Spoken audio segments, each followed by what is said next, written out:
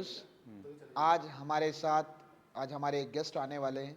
आज हम तेलंगाना के स्टेट ऑफिस में मौजूद हैं। हमारे साथ हमारे चीफ गेस्ट शेख कदीर भाई, माइनॉरिटी मोर्चा बीजेपी के इस तेलंगाना के माइनॉरिटी मोर्चा स्पोक पर्सन है। वो अभी आने वाले हैं। मैं उनसे अभी वेलकम करता हूँ।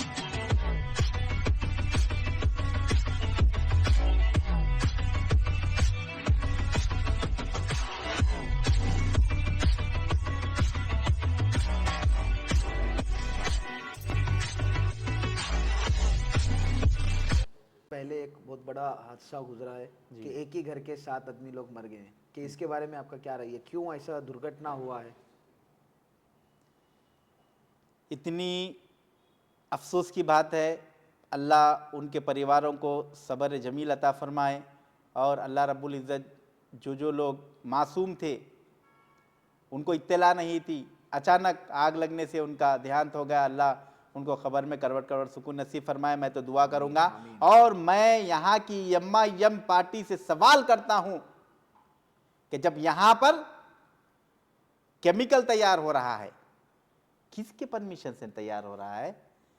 किसने कहा तैयार करो? किसने कहा हम सपोर्टर है? किसने कहा? किसने किराए पे दिया? और बल्दिया क्या कर रही है? हाँ, क्या कर रही है? जीएचएमसी यही कर रही है कि गरीबों के डब्बों को उठाना, करप्शन करना, रिश्वतखोरी करना। अरे आज जान चले गई इतने लोगों की जान चले गई। हमारे घर में अगर एक मासूम अगर हमारे घर में बकरी का भी इंतकाल होता है या हमारे घर की तो हमें आंखों में से आंसू जाते हैं, क्योंकि हम मोमीन होते हैं। मगर ये क्या है समझ में नहीं आ रहा है। मासूम बच्ची तड़प कर मर गई। मासूम लोग, बेकसूर लोग मर गए। एमआईएम क्या कर रही है? एमआईएम का क्या काम था? एमआईएम की जिम्मेदारी क्या थी? खाली वोट डालो, वोट मांगो, वोट लो। कांग्रेस वहां पर आके सियासत करती है, हमदर्दी के बजाय वहां पे सियासत करती है। और एमआईएम बड़े, हम बड़े, तुम बड़े, हम बड़े, तुम बड़े, ये क्या है समझ में नहीं आ रहा। लड़ाई हम बड़े, तुम बड़े, वोट डालो, वो डालो। मगर हमारे सेंट्रल मिनिस्टर जनाब किशन रेड्डी जी वहां पर गए, मगर हम सियासत नहीं करे। हम मासूम लोगों की लाशों पे सियासत करने वाली भारतीय जनता पार्टी नहीं है।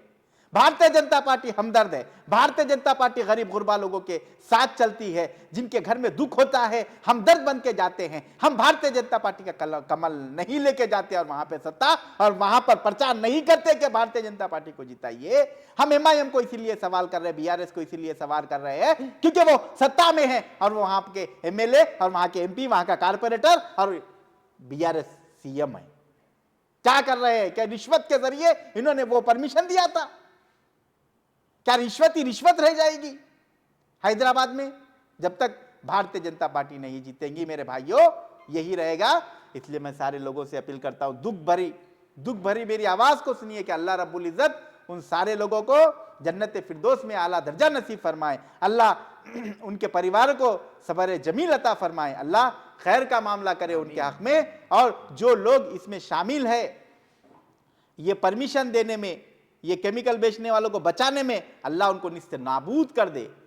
उनको वही हाल नसीब फरमाए जो ये लोगों का हुआ है। उनको मालूम होना चाहिए कि दर्द क्या होता है। और अगर कहीं भी हैदराबाद नहीं, तेलंगाना में भी ऐसे बट्टेबाज चोर लोग जो विदाउट परमिशन के रिश्वत देते हुए जीएचएमसी को जो ये काला कारोबार कर रहे हैं, उन लोगों को समझ जाना चाहिए। वरना भारतीय जनता पार्टी जिस दिन आएंगी तो बेटे आपकी शामत रहेगी, फिर से यहां बुलडोजर तुम्हारे घरों पे चलेगा। मैं बता देना चाहता हूं। अपनी बात को खत्म करते हुए अलविदा चाहता हूं।